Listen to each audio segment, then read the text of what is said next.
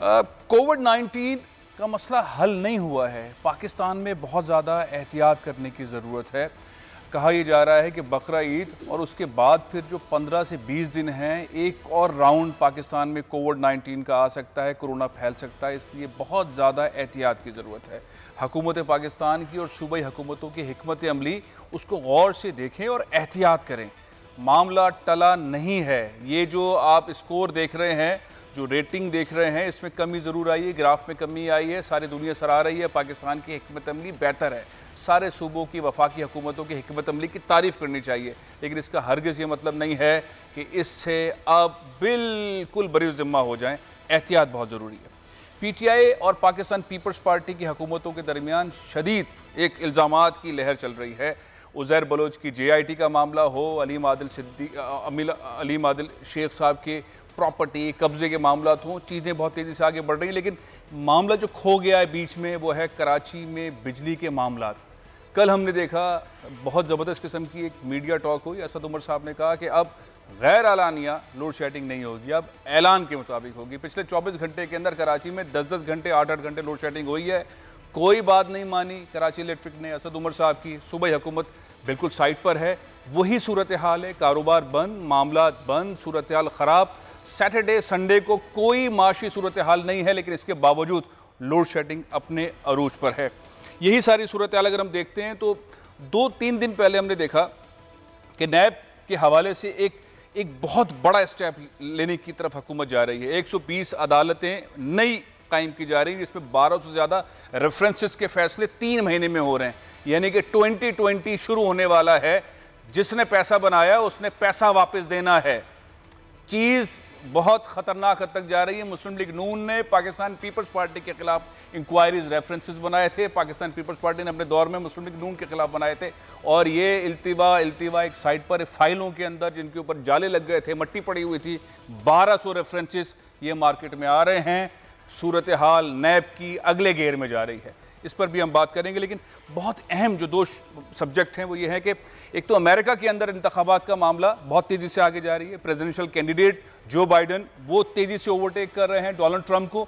इतनी तेज़ी से ओवरटेक कर रहे हैं कि वो ज़्यादा फंडिंग जमा कर रहे हैं इलेक्शन कैंपेन में, और पाकिस्तानी उस पर बहुत पेश हैं। मैंने पहले भी आपको एक साहब का इंटरव्यू दिखाया था डॉक्टर एजाज का। आज एक और बड़े मजबूत पाकिस्तानी इसमें मुसलमानों की तरफ से भी आगे हैं और पाकिस्तानियों की तरफ से भी आगे हैं, जो बाइडन के साथ साथ हैं। उनका एक इंटरव्यू मैं आपके सामने लेकर आऊँगा। लेकिन इंपॉर्टेंट तरीन पाकिस्तान के बारे में कहा जा रहा है कि पाकिस्तान में इमरान खान साहब ने एक शानदार किस्म का जो ख्वाब देखा था कि भाई 50 लाख घर होंगे, 1 करोड़ नौकरियां होंगी, वो ख्वाब क्या अब तकमील तक पहुंच रहा है? वो जो ऐलान किया था, अब सनती कंस्ट्रक्शन के शोबे को सनती दर्जा दिया गया, फिर फिक्स टैक्स वाला मामला आया, फिर नोटिफिकेशंस हो गए। अब एक और भरपूर अंदाज के अंदर एक चीज़ सामने लेकर आ गए हैं। इमरान खान साहब कहते हैं कि 30 अरब रुपए की सब्सिडी दी जाएगी, बैंक कर्जे देंगे, लोग घर बनाएं। लोग घर बना लेंगे, लोगों के घर बन जाएंगे। इस मौजूद से मैं अपने प्रोग्राम का आगाज़ कर रहा हूँ। मेरे साथ मोहसिन शेखानी साहब जो कि बात के चेयरमैन हैं, वो इस वक्त मौजूद हैं।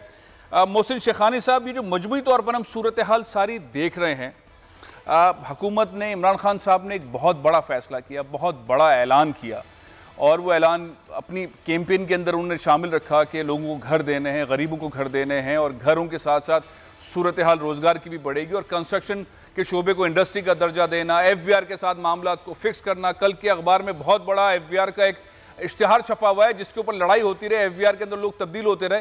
ये सारी चीज़ें हम वक्त के साथ साथ देखते रहे। फिर कोई भी पैसा ला के कंस्ट्रक्शन के शोबे के अंदर लगाए, उससे पूछा नहीं जाएगा। लेकिन ये टाइमर है 2020 दिसंबर का, यानी कि अब 6 महीने तकरीबन बाकी हैं। आप क्या देख रहे हैं, आखिर ये बिल्डिंगें इन 6 महीनों में कितनी बन जाएंगी? किस तरह से चीज़ें आप देख रहे हैं आगे बढ़ती हुई? मोहसिन शेखानी साहब। सर, 6 महीने में बिल्डिंगें तो नहीं बन जाएगी। बेसिकली 6 महीने तक हमें ये टाइम दिया गया है कि हम ये अपने अप्रूवल और जो इंसेंटिव है वो आप उसको हासिल कर सकते। अगर 6 महीने में हम ये 31 दिसंबर तक सारी चीज़ें हम सबमिट कर देते हैं, हमारे प्लान्स अप्रूव हो जाते हैं जी, तो ये हमारे एक्टिविटी शुरू हो जाती है। तो ये है, और इसके बाद 2 साल हमारे पास है, जिसके लिए हमें 2 साल में ग्रे स्ट्रक्चर को कंप्लीट करना है। 2 साल के अंदर जो लोग अपना मोहसिन साहब 2 साल के अंदर अगर कोई भी पैसा कहीं से भी लाके लगाएगा उससे पूछा नहीं जाएगा। बिल्कुल, मतलब अगर आपका अप्रूवल 31 दिसंबर तक हो गया है, अगले टाइम में आपको 2 साल में ये स्ट्रक्चर कंप्लीट करना है। दिसंबर तक आपने अगर ये प्रोजेक्ट में सबमिट कर दिए SBR में और आपने अपने आप को शो कर दिया, तो फिर आपसे ये नहीं पूछा जाएगा कि ये पैसे कहाँ से आए। अच्छा, मैं इमरान खान साहब के 2-3 बहुत दिलचस्प किस्म के तकारीर के और प्रेस कॉन्फ्रेंसेस के शॉर्ट सुनाना चाहता हूँ। उनका विजन क्या था इलेक्शन से पहले। उन्होंने आखिर ये जो मदीनी की रियासत वाला मामला था ये शो किया, और जो रिसेंट उन्होंने तकरीर की उसके अंदर उन्होंने सूद का लफ्ज़ इस्तेमाल किया। अब मामला ये है कि जब आप मदीनी की रियासत की तरफ पाकिस्तान को लेकर भी जा रहे हैं और उसके बाद आप कह रहे हैं मैं सब्सिडी दे रहा हूँ, लेकिन सूद देना पड़ेगा। सूद तो मदीनी की रियासत और सूद, इसका कोई ताल्लुक बनता है इस इस्लामी जमहूरिया पाकिस्तान के अंदर, इसका कोई ताल्लुक बनता है? फिर साथ ही जो रुकावटें ख़त्म करने की उन्होंने बात की इस सारे सिलसिले में, उसको सराहना चाहिए क्योंकि 70-72 इंडस्ट्रीज़ तामीराती शोबे के साथ कनेक्टेड हैं। और फिर जो मामला आगे चल रहा है, इस मामले को क्या हम कुछ टेक्निकली ग्राउंड के ऊपर देखेंगे या शरई ग्राउंड के ऊपर देखेंगे? इमरान खान साहब ने क्या कहा 10 नवंबर 2019 को, वो मैं आपको दिखाता हूँ। फिर 10 जुलाई 2020 को क्या कहा और 10 जुलाई 2020 को क्या कहा। 3 आप ज़रा उनके इमरान खान साहब के शॉर्ट सुने। सूद देना पड़ेगा, सूद देना पड़ेगा, सूद देना पड़ेगा, सूद देना पड़ेगा। मदीने की रियासत में घर बनाने के लिए एक आम आदमी को हुकूमत सब्सिडी दे रही है, लेकिन उसे सूद देना पड़ेगा। वज़ीर आज़म पाकिस्तान कह रहे हैं मदीने की रियासत का ख्वाब उन्होंने देख लिया था हुकूमत में आने से पहले। वो समझते थे कि अगर उस वक्त मैं ये बात करूँगा तो उस मदीने की रियासत पे वोट मिलेंगे, इसलिए उन्होंने हुकूमत में आने के बाद, वज़ीर आज़म बनने के बाद ये बात की ताकि मदीने की रियासत के मामले में पाकिस्तानी उनको वोट ना दें।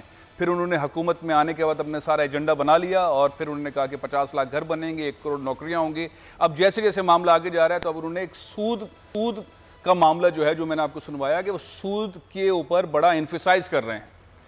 मोहसिन शेखानी साहब, एक सवाल तो मेरा ये बनता है कि हो सकता है गलती हो, लेकिन उन्होंने चूंकि कई दफ़ा कहा है कि सूद के बगैर तो घर नहीं बन पाएगा, सूद जो है वो मदीने की रियासत के अंदर आम होगा।